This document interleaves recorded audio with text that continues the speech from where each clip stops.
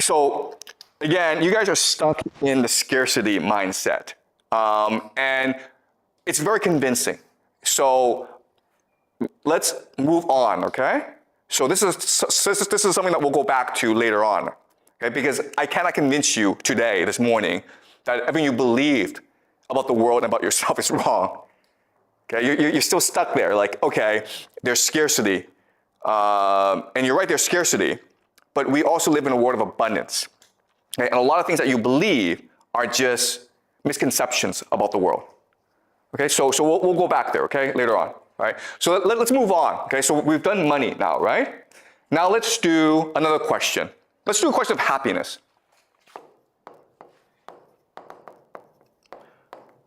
The question for us today is, what makes us happy? Come on, what makes you happy? How can you live a happy life? Okay. Well, obviously, money, right? If you have a lot of money, that's gonna make you happy. What else? Power. Exactly, power, right? Sure. Power. Freedom. Excuse me? Freedom. Okay, good, freedom. Yeah. What else? Relationships. Relationships, yep, sure. You have good friends, right? Like lots and lots of friends. What else? Romantic relationships. Okay, love, right? Love, sure. What else?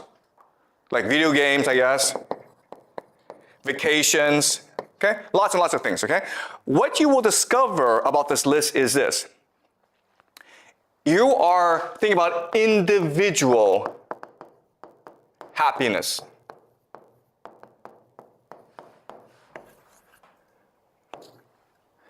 And this is actually unique in human history. If you were to go back in time to 500 years ago, and you ask people, how can you be happy?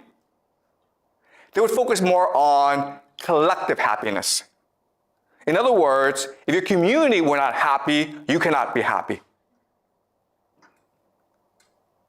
So the very idea of the individual is new in human history.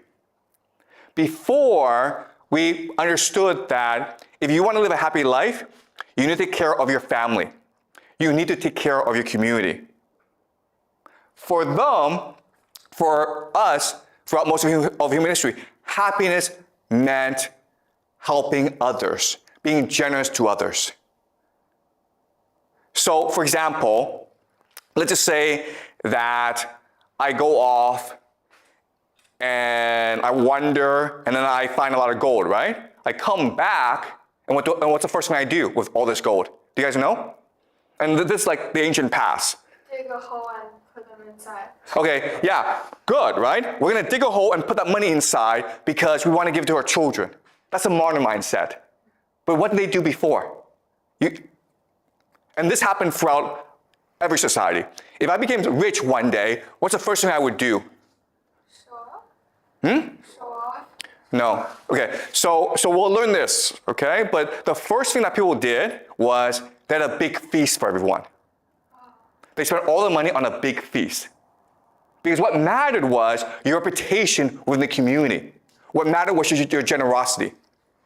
If you got rich one day, you made sure that everyone in the community benefited from your wealth, usually by holding a big feast. And guess what, guys? This was true in China for most of Chinese history, right? If you come from a Chinese village, you come to Beijing, you open a restaurant, you make a lot of money, you go out to your village, what's the first thing you do? Come on, guys. Feast. You have a big feast for everyone. Okay, so this is ingrained in us, okay? But as you say, today what we believe is, if you have a lot of money, put it underground or put it in the bank, okay? But back then, for most of human history, we would just spend it all on a big feast. We wanted everyone to share in happiness, and that's what made us happy. Okay? Any questions? Yeah? I was wondering, you mentioned that it was for reputation on some levels.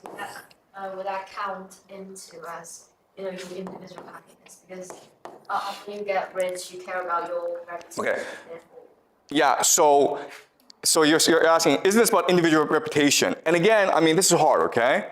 But the concept of the individual did not exist before. We just created it. The idea that I'm a person independent of my family, independent of my community, independent of the world around me, makes no sense. What was the worst punishment that could be inflicted on you in the past? Let's just say that we're in a fight, I kill you, right? Like basically you're no longer belong to this family. Exactly. Banishment, exile. Not death, right? And today, if I killed you, the police would come catch me and then kill me. But before, we didn't do that. Because the worst thing that we could do was exile you. It says, you're no longer part of us. You understand? So the concept of the individual did not exist. Right? Okay, so let's move on. All right, so now I'm going to present two understandings of the world. And you're going to tell me which understanding you think is correct. In the first understanding, we humans don't have agency. We don't have really control. Why? Because there are powerful gods out there, okay? There are these powerful gods like Apollo, Dionysus. Oh, the problem though is that they are also controlled by other gods that are more powerful, like, for example, fate, fortune. And then there are these really ancient gods that control the structure of the universe. For example, maybe anger and pride. So you have absolutely no individual agency because there's always a god screwing with you, okay? You might get rich, but then the god of pride looks at you and says, no, I need to teach this mortal a lesson. So the god comes into me, makes me too arrogant, and I screw up. Okay? So we're always being controlled by these forces beyond our understanding. Okay, so that's a first worldview. The second worldview is this. We are synapses that generate memories. Okay? We are memories. Our understanding of the world comes from our experience. That is controlled by synapses. Synapses come from a combination of DNA and environment.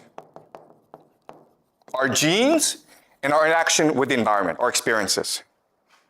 And what this means is that we can now have control over our own individual fate.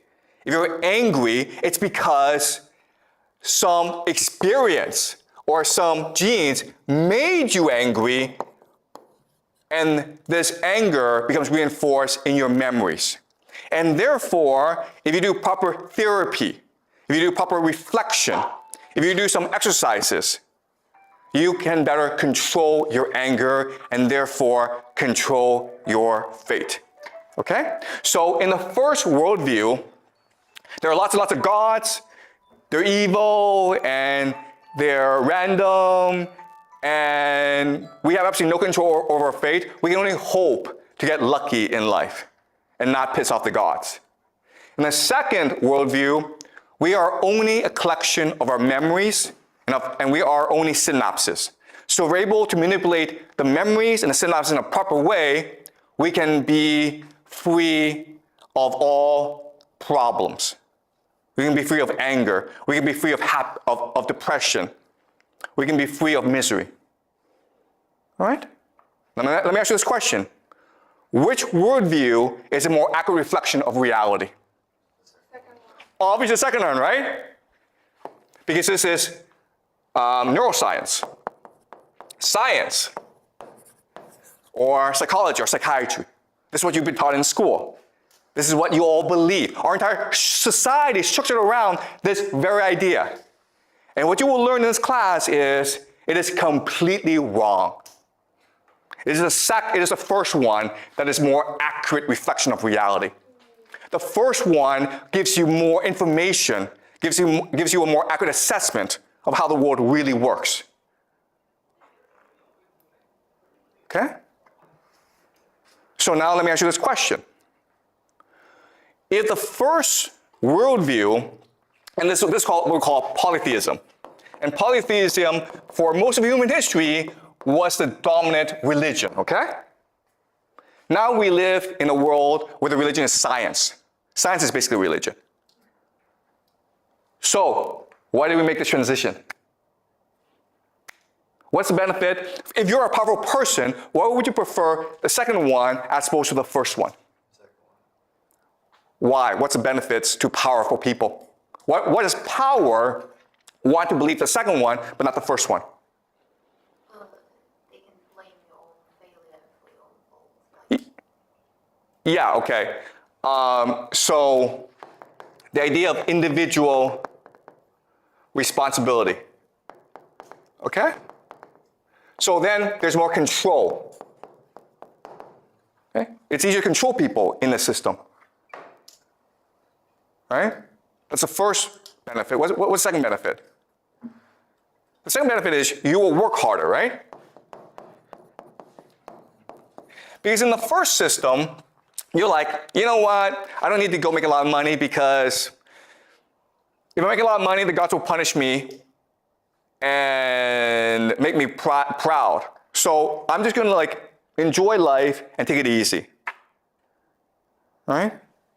So in the second system, no, I have control over my own life. So I need to work hard.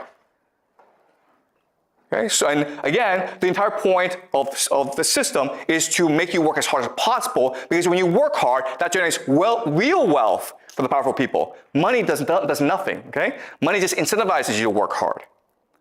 So this exists in order to make you work harder. And there's one more benefit, or there's more benefits, but what's another benefit?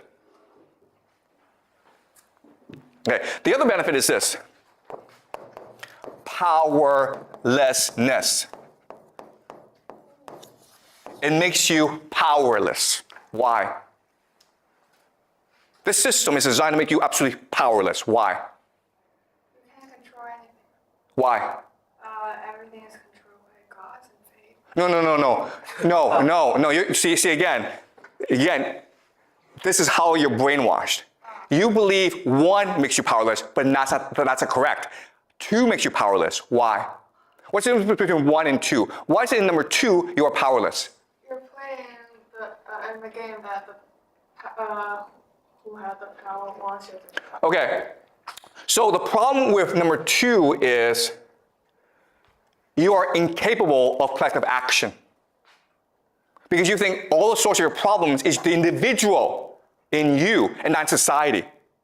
But number 1, you are capable of collective action. And the only way to change the world is through collective action. Does it make sense? This is a really important point. 2 is designed to make you think the source of all your problems is within you. So you should ignore what other people do and think. It doesn't matter to you.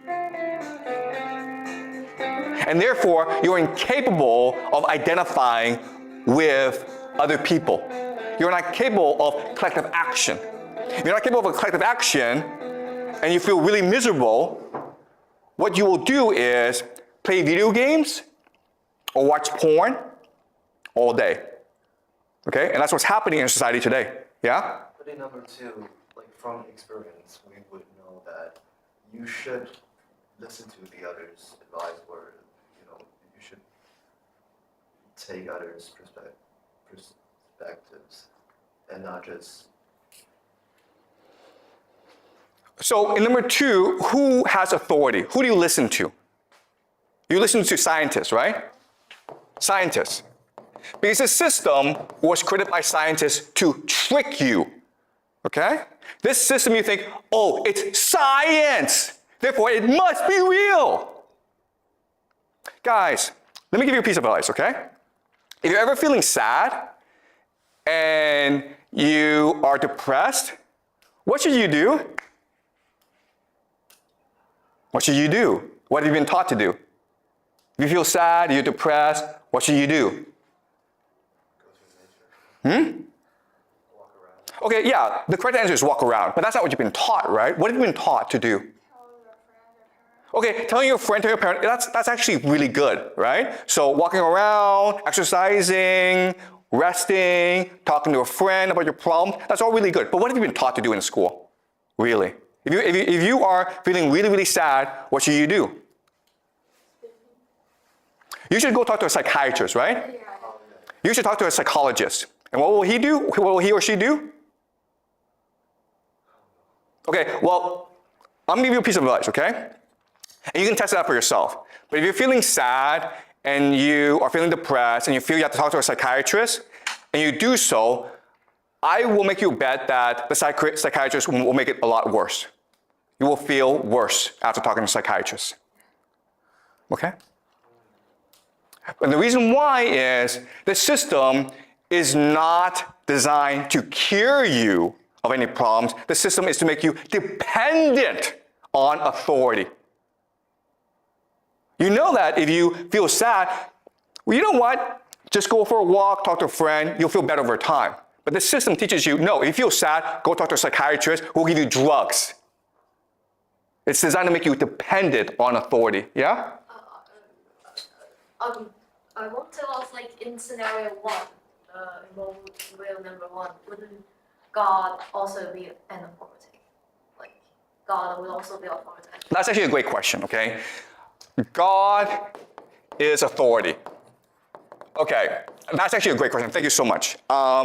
So I have to spend time to explain to you both systems, and I will do so. But what's really important about number one is the gods are really bad people, okay? The gods in number one, the polytheistic system, they fight all the time. They're vengeful, they're angry, they're proud, but because they're gods, they can get away with it. And that's the difference between humans and gods. We're all the same. We're all angry. We're all jealous. We all fight, okay? But the gods can get away with it. The humans cannot. Gods can do hubris. We cannot do hubris. Do you understand? So the idea that, oh, the people in power are benevolent. The people in power are authority figures who are after our best interest. That is a new modern concept. Before, it was assumed that the king is a king. Why? Because he's favored by the gods. It's not because he's a good person. It's not because he's a just ruler. It's just because the gods like him for whatever reason. But guess what? The gods give and the gods take. Maybe today, the king will rule us, but maybe 5 years from now, he gets unlucky and the gods kill him. Too bad. If you read Greek mythology, and we will do so in this class, okay? We'll go over into Greek civilization. We'll look at Oedipus. We'll look at Homer, the Iliad, okay? They talk about this all the time. Fate is something that you cannot control. It's something that happens to you. And therefore, you must live life to your best. All right? So the difference is this. The difference is in number one, they have a concept called eudaimonia. If you have no control over your fate, if things can happen to you tomorrow that kill you, then live your life to the best of your ability today. Seize the day. Be the best that you can be today. And that's how you win favor from the gods. Eudaimonia, what we call flourishing. The point of life is to live it to the best of your ability. And that's why, guess what, guys? The ancients, the Greeks, they were superior to us. If you read Greek literature, if you read Greek philosophy, Plato, Homer, Aeschylus, Euripides, they were the best. Today, we suck. Why? Because instead of eudaimonia, we have pleasure. Rather than flourish as creative people, we're like, how do I enjoy my life today? How do I not feel sad? Okay? So in the first system, even though it sounds like we have no control, we have no agency, but it inspires us to live to the best of our ability. The second system, where like, oh,